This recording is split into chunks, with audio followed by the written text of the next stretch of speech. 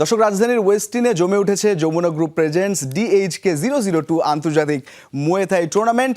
3 দেশের 24 জন ফাইটার অংশগ্রহণ করছে। স্বাগতিক বাংলাদেশ, কিরগিজস্তান ও থাইল্যান্ডের বক্সাররা বেল্টের জন্য লড়ছেন। সেখানে আছেন সহকর্মী মেহেদি নাইম, সরাসরি যুক্ত হচ্ছেন তিনি। নাইম, ডাবল হর্স নকআউটস আন্তর্জাতিক বক্সিং কাউন্সিলের মুয়ে থাই টুর্নামেন্ট এর আগেও আপনি কভার করেছেন। একটা জমজমাট নতুন জোয়ার আসছে এই খেলার মাধ্যমে বাংলাদেশে, এবং একটা রঙিন উৎসবের মতো এটা হয় এবং লম্বা সময় ধরে লড়াইটা চলে। আজকের আয়োজন কেমন দেখছেন? সব মিলিয়ে সেখানে কি উৎসব মুখর পরিবেশ কিনা জানাবেন।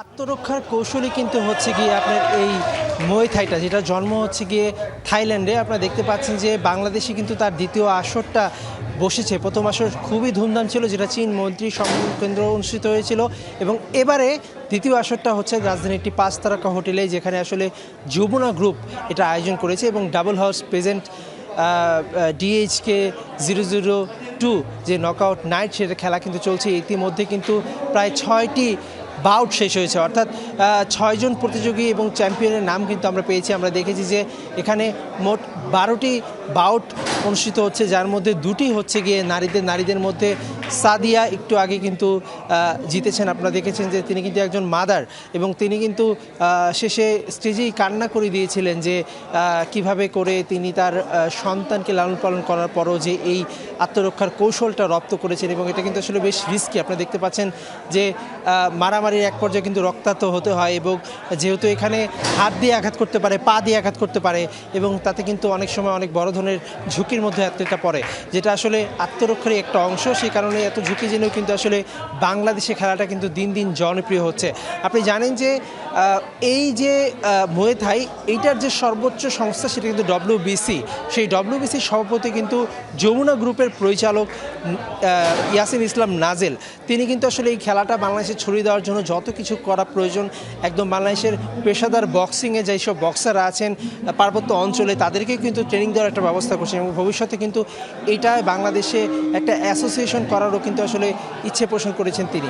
সেই জায়গা থেকে আসলে আমরা দেখতে পাচ্ছি যে বাংলাদেশে মুয়ে থাইয়ের যেই কম্পিটিশনগুলো আছে তার মধ্যে এটা কিন্তু এখন পর্যন্ত সবচাইতে টপ অফ দ্য পিক, এবং সেখানে কিন্তু আমরা দেখছি যে 17টা বাংলাদেশি পার্টিসিপেন্ট এবার অংশগ্রহণ করছে, এবং 3 দেশের মোট 24 জন ফাইটার কিন্তু এতে আছে।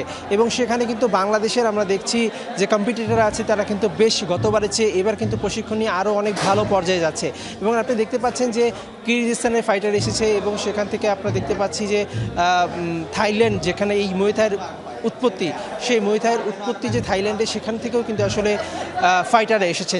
সব মিলিয়ে এখানে দর্শকদের আয়োজন এবং দর্শকদের যে অভিব্যক্তি, সব কিছু কিন্তু অনেক বেশি প্রাণোচ্ছল, এবং তারা এই কম্পিটিশনটাকে অনেক বেশি এনজয় করছেন। এবং চলতি বছরেই 3য় সংস্করণ কিন্তু করার চেষ্টা করা হচ্ছে। আপনারা জানেন যে সবশেষ অক্টোবরে কিন্তু একটা আসর করা হয়েছিল, এবং তারপরে এই যে 4-5 মাসের মাথায় কিন্তু আসলে আরেকটা কম্পিটিশন আয়োজন করা কিন্তু সত্যিই খুব চ্যালেঞ্জ ছিল।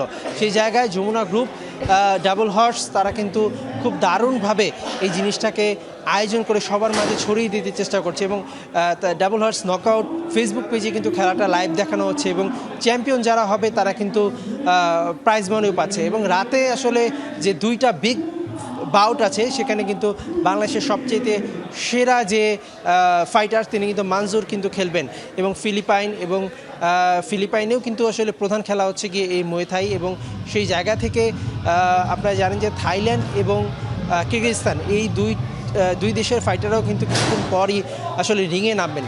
সব মিলিয়ে এবারের আয়োজনটা গতবারের চেয়ে মোট কথা বেশ ভালোভাবেই সাড়া ফেলেছে, এবং আগামীতে এই যে মুয়ে থাই কম্পিটিশনটা, সেটা কিন্তু আরও ছড়িয়ে দেওয়ার জন্য বাংলাদেশে অ্যাসোসিয়েশন খোলা, কিংবা এটাকে গ্রাম অঞ্চলে ছড়িয়ে দেওয়া আত্মরক্ষার কৌশল হিসাবে, সেই জায়গা থেকে কিন্তু অনেকটাই সফল যমুনা গ্রুপ এবং ডাবল হর্স। তো রঞ্জন, এই ছিল আমার কাছে সবশেষ। ফিরছি আপনার কাছে স্টুডিওতে।